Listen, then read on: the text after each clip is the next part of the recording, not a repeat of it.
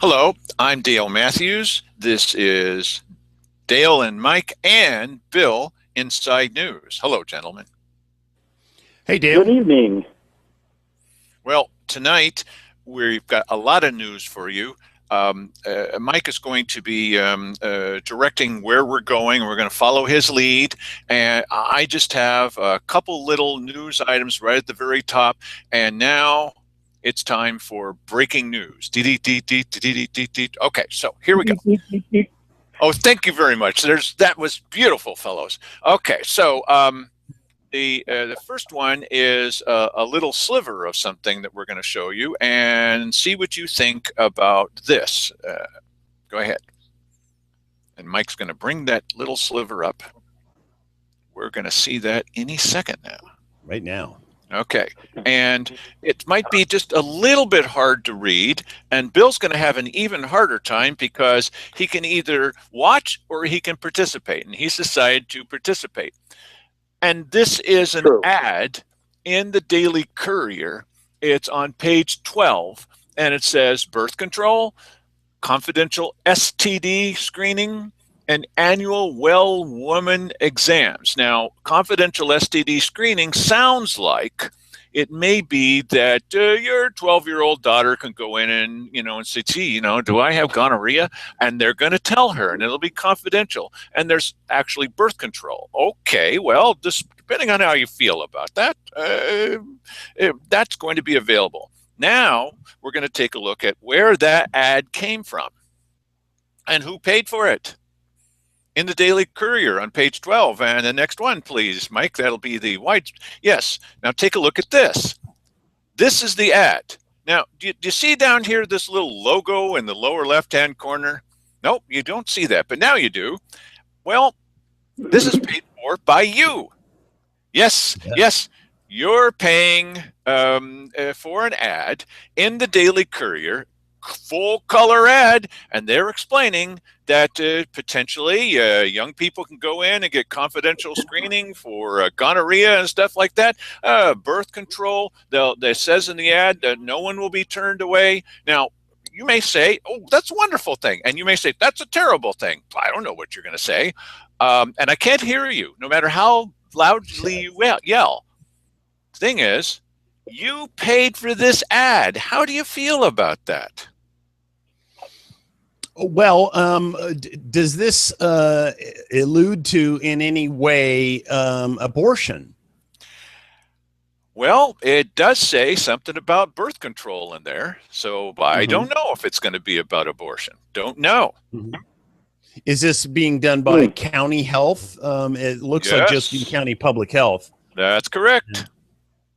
I wonder if they're doing any counseling to perhaps refer people to abortion clinics. I could see an uproar about that, although counties have provided this sort of service ever since I can remember. Right. Now, the controversial part about this, I believe, is do some parents would say, yeah, it makes plenty of sense to me. We might be very upset. Some parents might say, no, wait a minute. I'm not sure that I want my daughter. Okay, usually a son wouldn't go in and get checked for, whether he has a child coming or not. But they may be a little upset that this is confidential. You're going to have your own opinions about this, about whether you think that's a really good idea or not a good idea. I just want you to know this is in the Courier, full color ad, and you were paying for it. Okay. So yes, and so the next thing that we're going to take a look at is another ad from the Courier. See, they may be behind us by a month on a variety of things, but brother, they're right up to date. Their ad department is doing box office business when it comes to selling ads, and then that will be the last one, Mike. Next to last, that's number 5. And the next one we're going to look at is an ad that's put in by Alex Budd. And this is about a nice, healthy community and how everything should be wonderful here in the community. This is the ad. Mike is then going to zoom in on it at some point. And this is what they're saying here at the very top is unreadable. Nope. Together for Josephine County. And basically what they've said here is because that's a little bit hard to read, but that's okay, because I'm going to tell you what it says. It says the events surrounding the Sugar Pine mine are troubling to us, since it appears that what is in actuality that's zooming in doesn't help on that one. Oh, no, can't read. A legal dispute has been construed by some individuals from outside our community as an opportunity to advance their own agenda. Now is not the time for division, fragmentation, or an every man for himself attitude, but rather a time for us to come together to create a Josephine County we want and need, where all can live in safety without fear or intimidation, and democracy thrives, and those living in the community decide who represent and speak for us. Okay.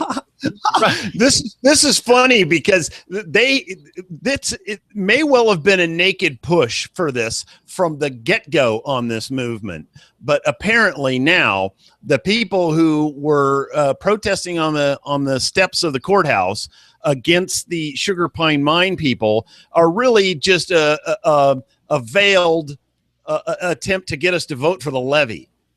Well, now you see right near the top, Alex Budd is one of the people. Alex Budd was that fellow that said, he told Channel 5, I'm not with any organization. Well, it turns out, Alex Budd, that's a little bit of a hey, lie. Bud. I think it's a lie. Now, hold on a second. Some of the other names on here, names that you should recognize are, let's see, everybody with the last name Shipley that lives in this town. Is that just a coincidence? Okay. Another one is, let's see, Jack Dwyer is in there. Maybe a relationship, not quite sure. Dave Strahan, one of our favorite guys, Dave Strahan is listed in there. Hooray for Dave. Yeah, he was the one that was kicked out of a couple of chat rooms because he just couldn't be nice to anybody.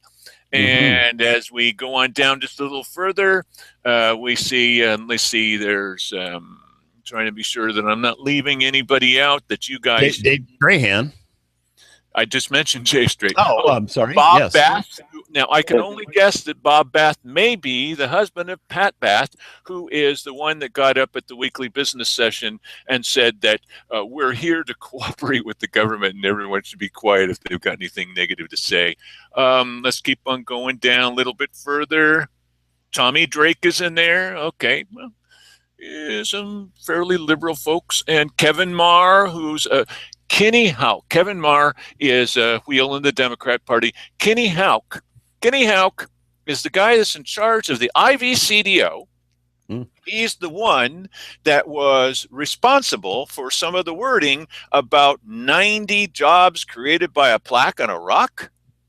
He's the one, his group was the one that came to Cheryl Walker, who pressed for the idea of up to 214 full-time family wage jobs because of a couple of ramps, wheelchair ramps in a state park.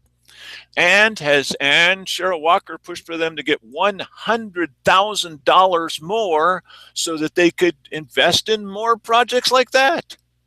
Yeah. And then just go down just a little further. Malcolm Drake, yeah, just a little bit further, and you can see here is the community. What keep going down, what downtown Grants Pass would probably look like if we let these people out at the mine do what they want to. Why did they pick this picture? It's a scene of utter devastation. What has this got to do with?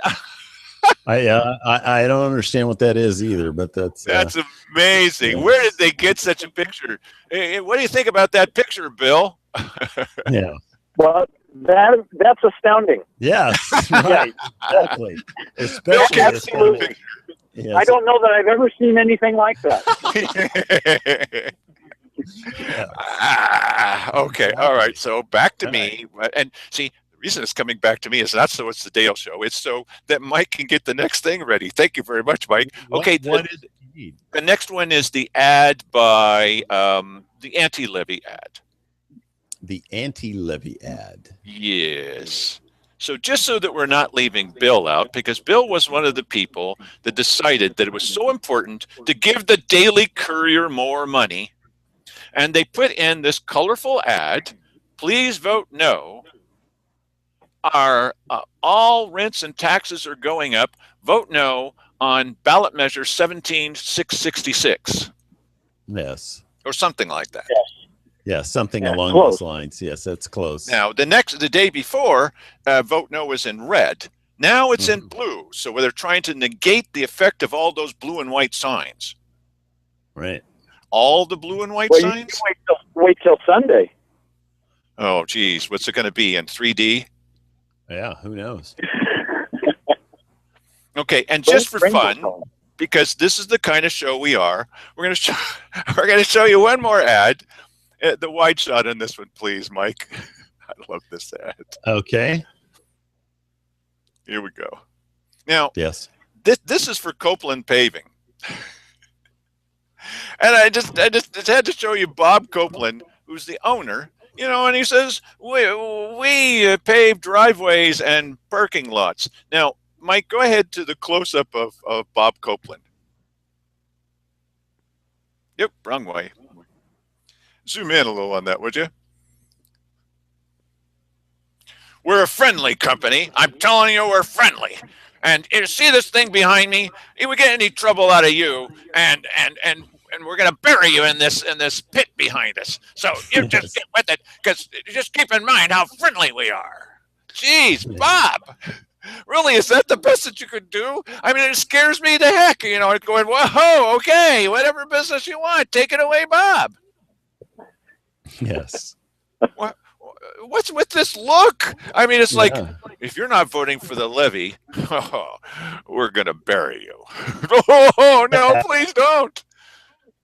Well, in fairness, though, Bob is not actually saying that. This is an ad for paving parking lots. You know, but does it make you feel like he's the friendliest guy in town? Well, he does kind of look like, I mentioned that he does kind of look like one of the Sopranos or something there. Okay, we're just goofing around, Bob. Please don't come after me with your Jimmy backhoe. Jimmy Hoffa's about 8 feet under that excavator background. It's just, it doesn't. When have you ever seen anyone's look like this in an ad? All right. Well, you know, he's very serious about his work. I guess so. Yeah. Okay, anything you want, Mr. Copeland. Yes. I'm a goofball. Okay, that's what this is about. All right, Mike. It's show is yours. 5-6. Okay. Here you go. Well, this afternoon, there was a bunch of people got together and held up no on 1766 signs on the way down 6th Street, which you know, fits into Dale's thing, the 7666 thing, you know. Anyway, yes. So anyway, I took some video of that. There was going to be a walk all the way down to the bridge, but I couldn't stick around for that. And here's some video that I shot while Vivian was driving me around town. Hey, you people better vote. That's right. You're being filmed. Wave and say hi. Hey! So, we need to get he's for the levy. Yes. Oh, go away. Nice conversation. It's for the levy. Thanks for telling us. Yes. Yeah.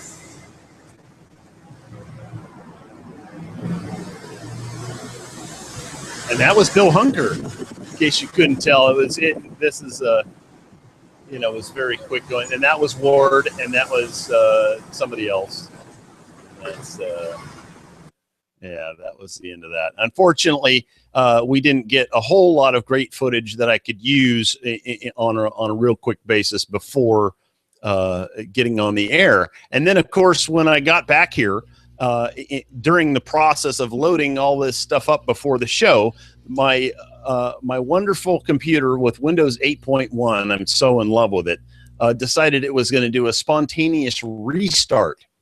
It told me, it said, I'm restarting now. It didn't ask me. It told me we're restarting. So in light of the fact that the levy vote is only a few days away here, that we need to have all our ballots turned in, I thought it would be a good idea to sort of review why we're doing this. And so, Bill, You were the spearhead of this operation, and really supplied most of the data that we used and educated ourselves with during this whole process since say January, when they kicked this thing off. And I thought it would be a good idea to go over the highlights of it. So what made you kick this off? Well, it was purely curiosity on my part to start looking at what the crime stats were. I like to get a feel for any area that I'm working in and get some background. And so I just dove in thinking, well, I can probably find something, and the something turned to a lot. And so that out of that, but I was very surprised, actually, at what I found. And I guess in that surprise for others, it was making me aware that I needed to dig deeper or further to get a clearer picture, a wide picture of what the county has been going through over the years and the why of it all. Mm-hmm. That's what sort of started it all. And so and when did you start doing that? Because I know that Mike, I don't actually know the date. I think it was late in mid to late January. Mm. Right, because that was I was right after the stats for 13 would be out. Mm. And so I had called. I had felt that the other stats had been out on time and felt it was about a year. So I thought, oh well, after the first of the year, they'll have a year ago's stats, 13, as it turned into 14. Right. And I mean into 15, it would be a year old. So I looked around, couldn't find them. So I called up to Salem, and thus began the saga of every month saying, well, we'll have them 1st of February, and then 1st of March, and 1st of April. And I actually heard someone else say, well, 1st of May. So we're still waiting. So I kind of suspect that right about the time this levy vote is done with, that's when the stats will come out. You know, isn't that interesting? I've had that same feeling too. I would, if that's true, I'm going to be bothered by that. But they're timing-wise, they are behind. He admitted that in February. He said we're months and months behind. We're changing computers over. Right. But I thought, is there going to be any hurry to have those stats before May 19th? And so far, no new stats. So. Yeah. It occurs to me that, I've kind of experienced this, that across the board, generally speaking, people who work for local government are for the levy. And so there's sort of a kinship between these people. And I wonder if that extends to the state level. They, call them up, or even maybe don't even need to tell them and say, hey, we're running a levy push here. Can you, back off on that? Or, especially if it is not favorable to our cause. Yeah. The only thing I would say in that is that probably they have access to the correct set of phone numbers that the public would have to search around for. Mm. A couple of phone calls would get them right to somebody who would be able to give a yay, nay, and a yes, no, where the public sometimes put on hold and never finally makes their way in. So I don't know. I would, in my own view, I'm not ready to say that happened, but it will be very interesting to eventually find out when those stats do become available. If they're available on the 20th, we can talk more. Right. It was this chart right here is kind of the one that launched our curiosity, at least mine, I know, and Dale and I had some pretty lively discussions about this new levy push right after it started. And then when you got to us with these numbers, that really got us to looking into a lot of these stats and having an epiphany as to what the reality was. And this is the one, crimes per thousand population, per thousand of population from 1995 through 2012. And that's the one that's made its rounds. Yes. Yeah. And I just saw a video that, well, there's been a couple of videos here that SOS has put out over the last week or so. One with Dave Daniel talking about the numbers not being correct now, and that over the last 3 years where we don't have any stats, certainly crime has gone up a lot, and that that the numbers that we will have will not reflect an uptick in crime because, as he has said, these numbers don't count to a statistic unless there has been an arrest. Or, I mean, I saw that same one. Right. Yeah. So, I mean, reported crime in my head, reported crime is I pick up the phone and I dial in and I report a crime. Yeah. You have to, the first thing that came to me was, all right, if I have someone steal my motorcycle and I report it, and there is no arrest. In fact, they never do find my motorcycle. I get to go on the basis of my reporting it to my insurance company. They give me a number and say, yes, you reported this to police. You gave the name, date, place, time of the incident. And so I go to my insurance company, and then they take whatever time they need and pay me back for the policy I had. Well, if they're saying that that doesn't go into the database unless there's an arrest made, I would venture that there are very, very few arrests given the number. I mean, percentage-wise, there are very few arrests given the number of property crimes, which are the bulk of the crimes in our county. Mm-hmm.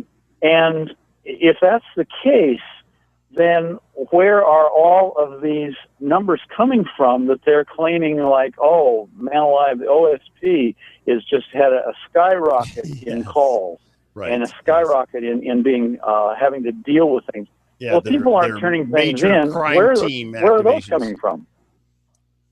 Right.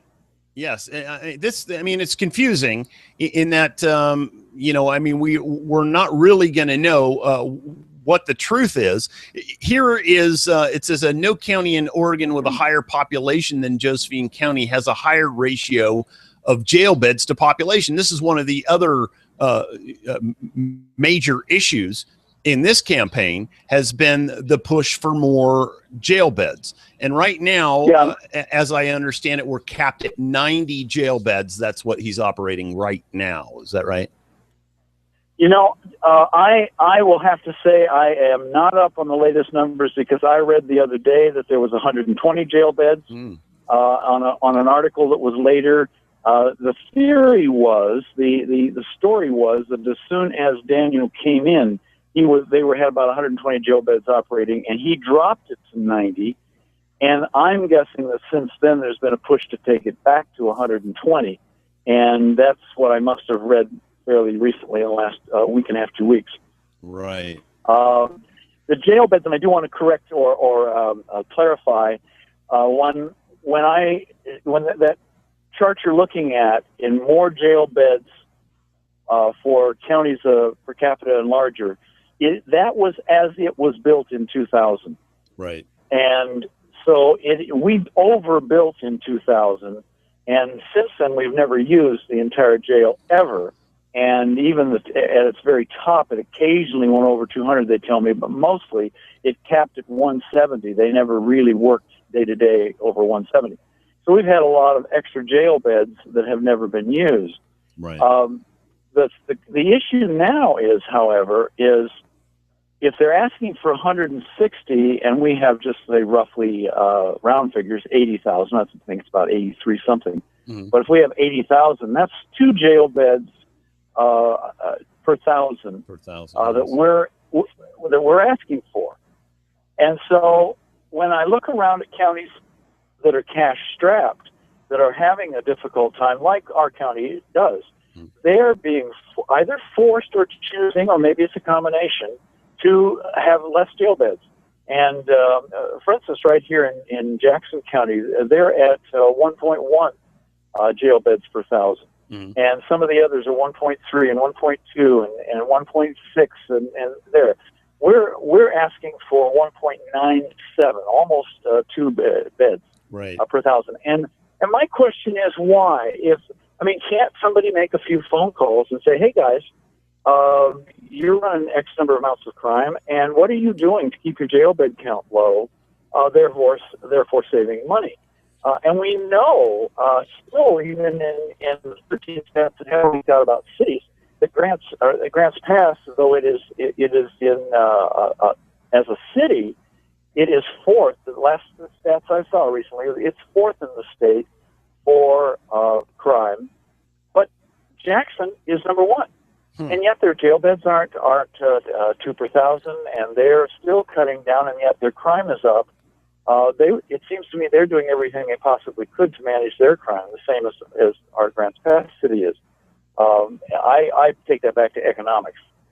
Is the reason all of our counties in the lower southern Oregon are having the crime problem in property crime that we are. Right. Yeah, and you know what? Driving around here in the past few days, I've been going into some areas where it's very clear that the economy is having an effect, and I don't have any doubt of the fact. Like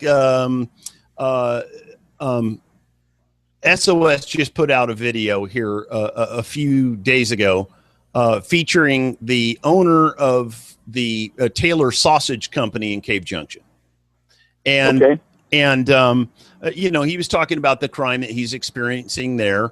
And I suspect that that's probably true. They are having a problem.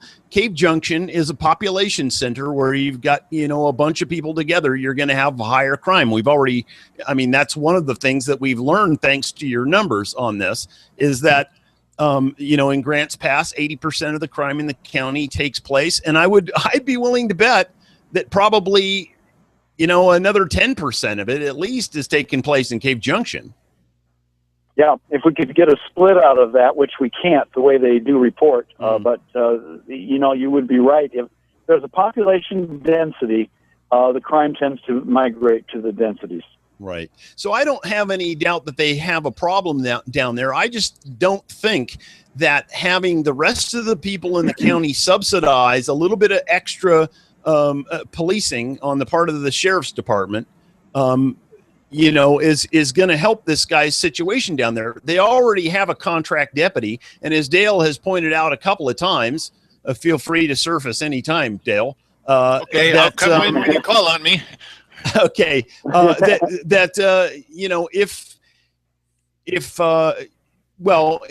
in many of the cases, we have less than one deputy for every 1,000 people, certainly. And down there in Cave Junction, I'm certain that there's probably the town is several thousand people, but that they have one deputy down there, which is a higher ratio of policing than they're getting, in other parts of the county. And why is it that they're not more effective down there? Yeah, just one of my questions. Let me just. I'm going to digress just slightly because it came to mind as you said the number of deputies and so forth. Yesterday afternoon, I was out on M Street and Parkway and doing some sign waving with some people. And as it happened, we were right there, close to the corner. And around 5 o'clock, that's roughly what time it was. A car pulled out of M Street into the Parkway on a red light, almost straight into a semi. I mean, it came and it just screeched, and I looked up just as I saw it turn and just missed the semi as it was coming through M Street. Well, right behind it, probably one or two cars at the most, was a sheriff's car. And so I saw the lights go on because all of our attention went down to the intersection, and I saw the lights go on, but he did wait until the light changed for him to scoot around the other cars and go chase this person. And certainly, in my estimation, the person was a detriment. I mean, he could have had a terrible accident there and needed to be chased or found or something. Mm-hmm. So he did. He took off. Well, and so it went back to normal for about, I would say, 2 or 3 minutes. And then I see 3 sheriff's cars. Now, this is now the 4th sheriff's car in on this incident. And it came down M Street. 2 of them came down M Street, lights and horns and sirens, and everybody moved, and away they went on the chase out the Parkway. And these were all sheriff and I never patrol saw, cars? Go ahead. Were these all, you said these were all sheriff patrol cars? They were all sheriff patrol cars, all 4 of them, and they showed up within 3 or 4 minutes of this guy almost having this accident. And no city police, except about 5 minutes later, 1 city policeman came down through, but no lights, no siren, no running after it. Right. And then about 5 more minutes, another Oregon State Police came through, but more just kind of in a hurry without lights. And I'm thinking, why wasn't this called over to city police? Yes. I mean, obviously in the city. Absolutely. Go after the guy, but ask for backup from the city rather than. And what were 4 sheriff's cars manned, going and doing to be there in 3 or 4 minutes? Right. And I have a question, Mike. Okay, yeah, go ahead. I think I know what it is, but go ahead. Well, the other thing, too, is now we've been told, I think we've been told, that some of these sheriff's deputies are on patrol, or at least they do what they can, not just responding to calls, but they're on patrol.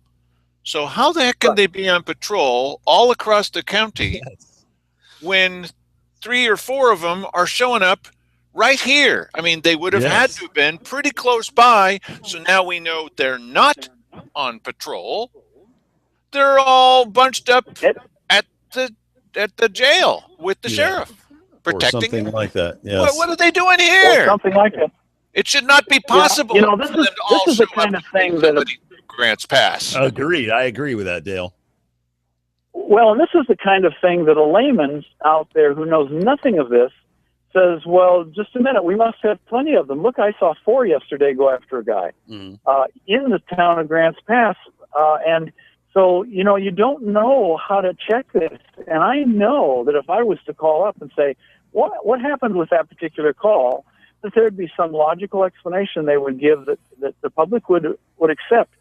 But I just don't see how they were here. I mean, maybe they all just were coming off shift at 5 o'clock, or I don't know. But it was odd to me. It was odd. So, so one of the questions that comes to mind when we're talking about the Cave Junction situation and the, you know, all the sheriff's deputies that were apparently immediately available right here in Grants Pass is that Cave Junction is getting the short end of the stick down there.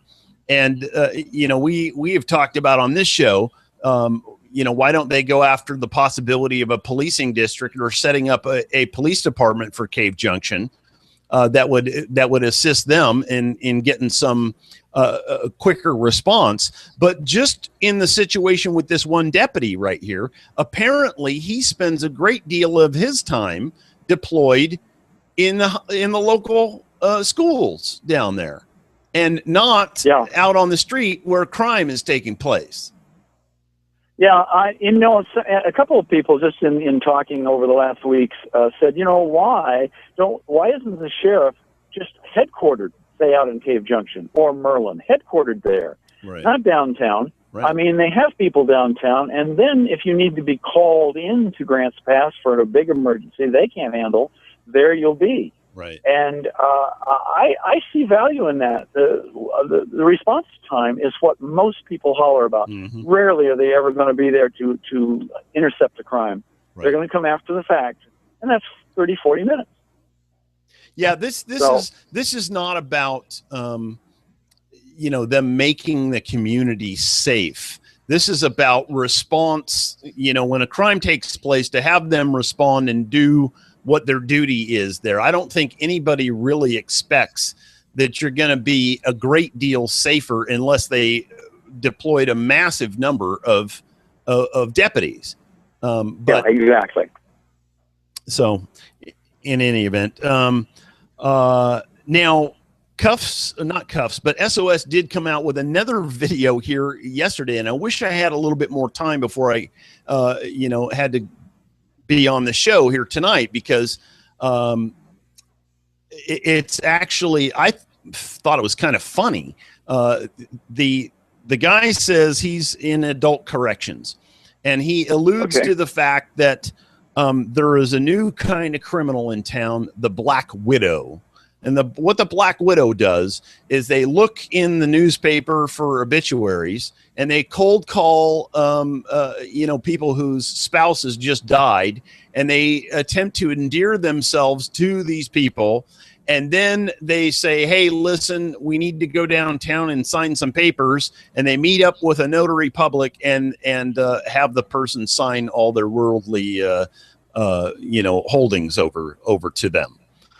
And all throughout this spot, he's referring to one specific case, but yet he's trying to make it seem as though this is a rash thing. It's a new thing that's happening. We're being overrun with this kind of crime.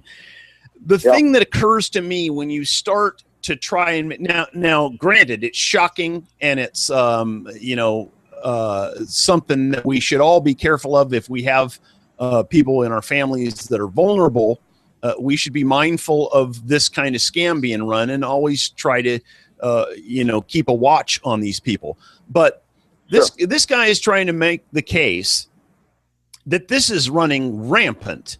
This is one of the big growth crimes happening around here, and they felt passionate enough about this because it evokes an emotional response. Here's this person taking advantage of a senior citizen, and you're supposed to think of grandma, and you're supposed to think, wow, I better vote for the levy.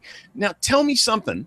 Now what he said is in this particular case, the alert person at the place where the notary was there called the police. The police came down there, and then they called him in, this special case guy, to deal with it. When in reality, the cop probably could have dealt with it without having this extra person come in and be the middleman in this particular case. He could have said, hey, what are you doing here? It's obvious what you're trying to do here. You don't know this person, and you're trying to get them to sign their stuff over to you. But he's making it the case that somehow, because of the fact that, we're in need of this levy, if the levy doesn't pass, the clear implication is that more of these senior citizens are going to get taken advantage of. Your mother is going to lose her house. Well, I've got an insert here. Okay. My insert is, how does this differ from Lisa Shipley going and as part of her community outreach to try to get senior citizens to vote for the levy? She goes into these poor old dears, takes advantage of them, tells them that if they don't vote for the levy, they may lose their place they go for their benefits, and they're panicked into voting for a levy based on another scam artist, because it's not true. The office did not close. That was on the previous levy. And she's given a reward by the commissioners of a big raise. It's the same kind of scam against senior citizens, except these are veteran senior citizens at retirement homes. I don't see any. I think that police should have been called about Lisa Shipley. Let me say that name again, Lisa Shipley. Well, you're going to have to say it a few more times if you're going to say it as many times as she said it, or she had it said on her behalf. On that promotional video that was extolling the virtues of Lisa Shipley. Lisa, it's like Marsha. Yeah, exactly. Yes. Wow. Yeah. So, we're getting close on time here. So, go as long as you like, Mike. It's your show. Well, in essence, Bill, Sure. If you look at the chart that we were showing before of the 20 years, the 1995 basically to 20 through 2012. And you saw that crime is essentially down, overall crime about down 35%, you said?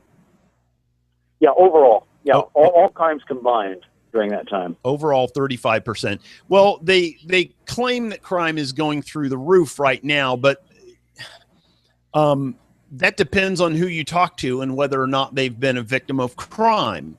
But the stats that we have up to this point show that crime is lower, and it oscillates up and down from year to year. But all in all, it's much lower than it was even during times when we had full funding. Now, how much of that do you attribute to people not being arrested?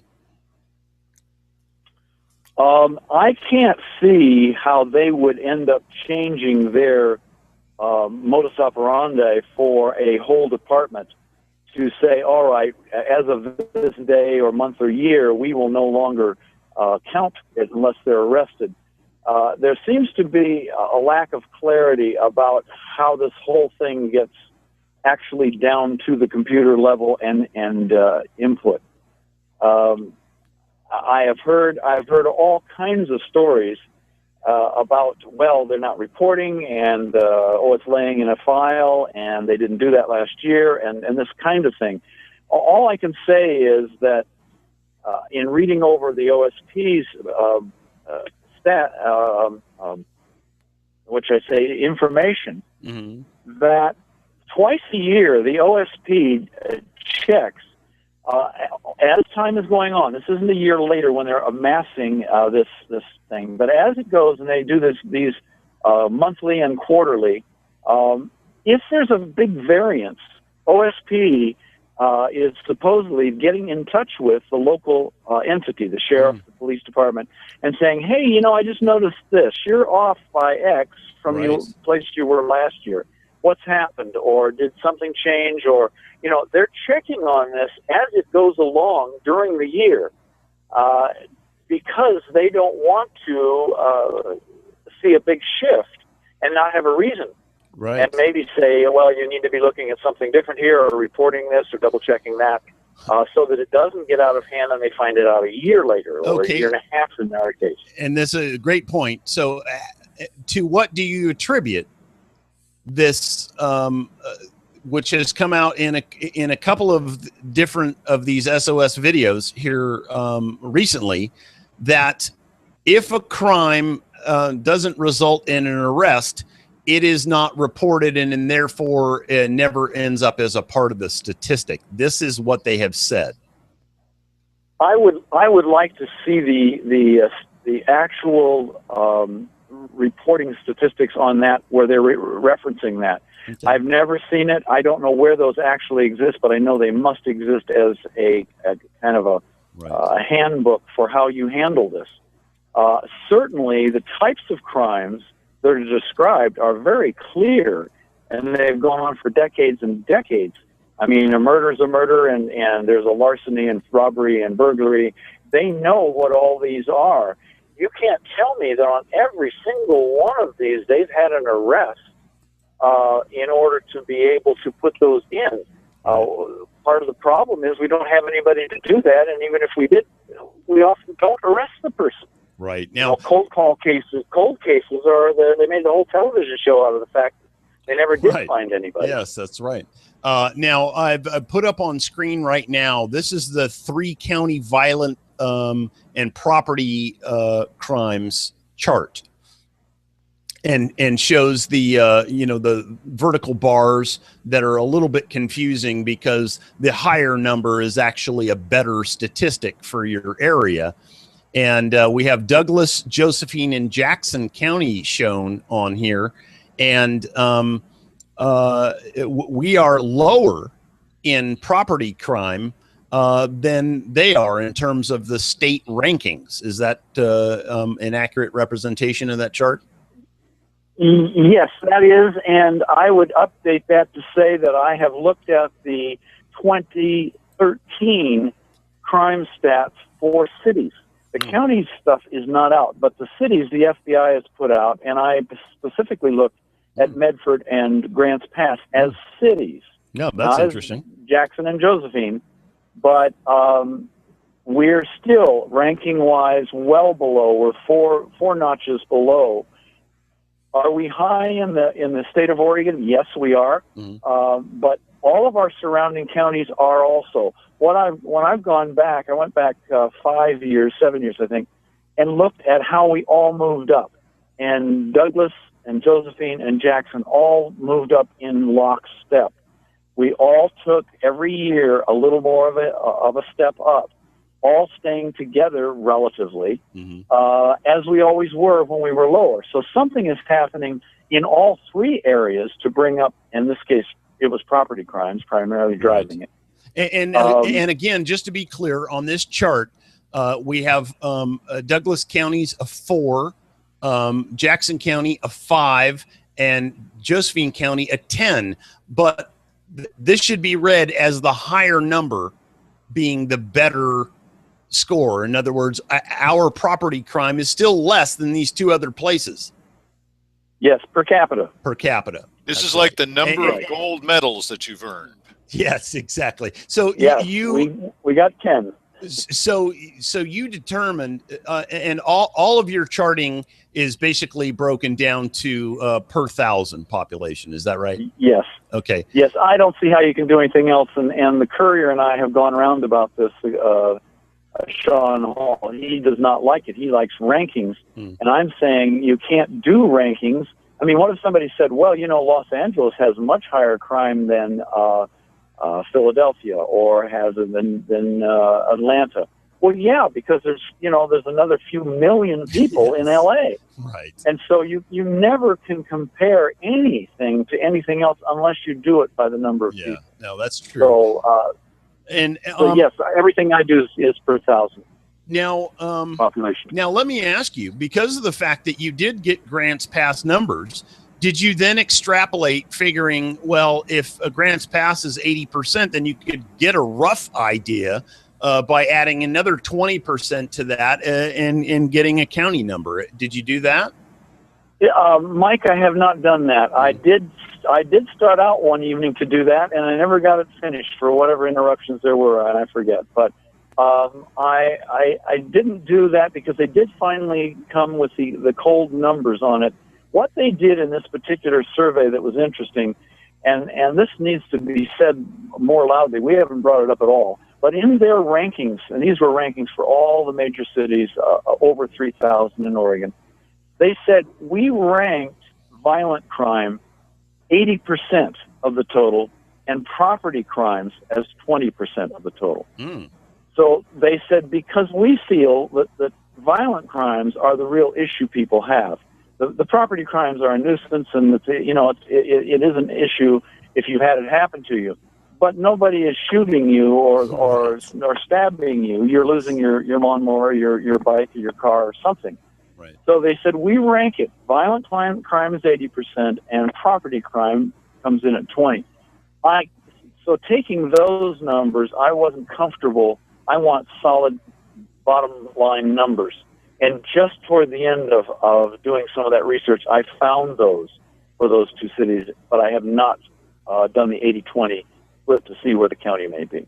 Okay, so, we're, kind of at the end of the program here, and this is going to be the last time we're going to have Bill Hunker on before we know the outcome of this whole thing. Yeah. So if you needed to at this point, and this campaign has evolved over the time since you began it up to this point. What's your summation on this whole thing? What's the push? What's the elevator speech for no on the levy? The no on the levy is that they have tried to tell us we're getting apples and apples, and they're actually it's apples and oranges. They go to the emotional, specific instance of a crime to try to influence you, just like you said with the Black Widow. They're trying to influence you. This is happening everywhere all the time. I want to be real clear. I did see the SOS on Daniel, and Daniel immediately jumped to that. He ended up saying, I was just out with a 16-year-old girl, and she had called, and this happened, and this happened. And I thought, okay, where are you going to tell me about the statistics of this? Right. Let me be really clear. this county has about 7,200 to 7,500 crimes every year. Now, that's gone down from 10,000 crimes every year. So you can stand up and give me a 3-minute speech on every crime every single year. No one is going to stop crime. We'd like to cut it down. We'd like to have it not be violent. We'd like to have it not be a rash of burglaries and property crimes. But when it's all said and done and the dust settles, you will again next year have all the 16-year-olds and all the grandmothers and all the things will all be listed in that 7,100 crimes. Right. That's not going to stop, and they will never stop trying to emotionally move you to somehow, if you would just vote us money, we will stop these terrible things that are happening. They won't stop. Right. We may be able to cut them down a little, but remember, we're trying to talk overall here in getting crime down, and it is coming down slowly. I think property crimes are leveled to slightly up in the last 3 years. They're not skyrocketing. They're not anywhere near what they were in 97, 95. Mm-hmm. But we do have property crime. We know that the property crime is an issue, but we're a very safe county as far as violent crime. Bill Landis has said that multiple times. And so what we do is in this levy is we have to sort out all the emotional angst that goes along with trying to make a plea, and all of the factual aggregate large numbers, not 5 numbers, not 2, 6, 19, yes, like they did with OSB. That's right. But say we're talking 7,500 crimes here. You can pick and choose and cherry pick those all day long for the worst ones and the most terrible stories. And next year, you're going to have another bunch of them. Right, and that's my point too. Is that a collection of anecdotes does not a statistic make, and you have you can go through any police blotter any given time at any point in history, even the lowest of crime years, and what it is a collection of horror stories. Yes. So look at just 2 days ago in the paper, we hear about a couple that gets engaged on the beach. Oh my God. And writes in their Facebook, horrible. And they're dead on the way home. Yes. One of them dead, and the other one in terrible condition. There's no way a sheriff would have solved that. We don't even know what happened about that, what it was. And so that's front page, and that's terrible. But you'll have another front page in another month, and another month. You'll have another front page. Yes. And those are going to go on. They've gone on all my life, and they're going to continue. It's what we're trying to focus on. And if you keep focusing that these are going on, people begin to feel unsafe because they see it all the time and it's preached to them. Statistically, we're not unsafe. Well, there you have it. Now, Dale's holding the button. So, Dale, what's your final word on this, and then you can punch us out. Oh, good. I've been looking forward to doing that. Yeah, I know. Okay, so I'm glad I'm not there. Want to point out to you that it's too late to put your ballot in the mail. Don't do it now. You're going to need to take it down to the courthouse. You can go to the side of the courthouse, or if you live in Cave Junction, you can go to the city council building, and you got to drop it in through the slot. So don't put it in the mail, or it's not going to count. The other thing is that Mike and I are going to be at Republican headquarters. Now, Bill's a Republican. Neither Mike nor I are Republicans, but we'll be at Republican headquarters across the street from the courthouse at 8 o'clock, which point we'll be live. Right. And Bill, are you going to be a guest with us? Are you going to sit in with us to talk about this after it happens? I think a nice thing I'll be is available. Oh, good. Okay. One other thing is I talked with Art Robinson. However that works out for you guys, I'll be available. Be glad to be. I talked with Art Robinson about the next step. I know this isn't done, but if you're not prepared to go to the next step, then you're going to lose momentum. What's going to happen on Tuesday night is a lot of people are going to gather there in that building to try to find out what the answers are. And they'll probably be looking over Mike's shoulder because I'll be across the street reporting live. As soon as Art Harvey talks, you'll be hearing it. It'll be first. Nobody else will be doing it live. So they're going to be looking over their shoulder, and they're going to erupt into tears or applause when this thing happens.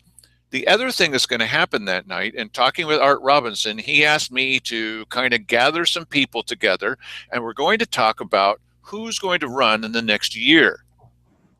They would love to get them all together, not that night, but come on by and talk to us and say, hey, put me on the list. I want to be there for the day that you decide to do this. And he's left the day up to me, and I'll pick a day. And then they're going to get together privately, no cameras, and we're going to talk about what's going to happen in the next step. Now, I'm very interested in being sure that we can solve the root of this problem, which is economic development, of course, and people we can trust in these county commissioner positions. We have the chance to replace 2 of them with people who are actually interested in economic development and making the right decisions.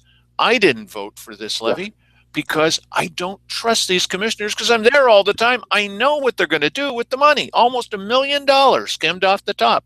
Not going to give them 10 cents. Every year. Yeah. So you have the chance to come by and see what's happening. All the cool kids will be there. And you can also come up and say, yes, I'm one of 1,000 people who are going to run against Cheryl Walker. Yes. Woo! Okay. So there you go. Okay. So please come on by, and that night, the live decision is going to be given up at 8 o'clock. And if you don't feel like hitting the road on election night, imagine how dangerous the roads will be on election night. People careening out of control. Of course, you might have 5 county policemen following you. Come on by or tune in here live at 8 o'clock, and we'll tell you what's what. Thank you, Mike. Nice job.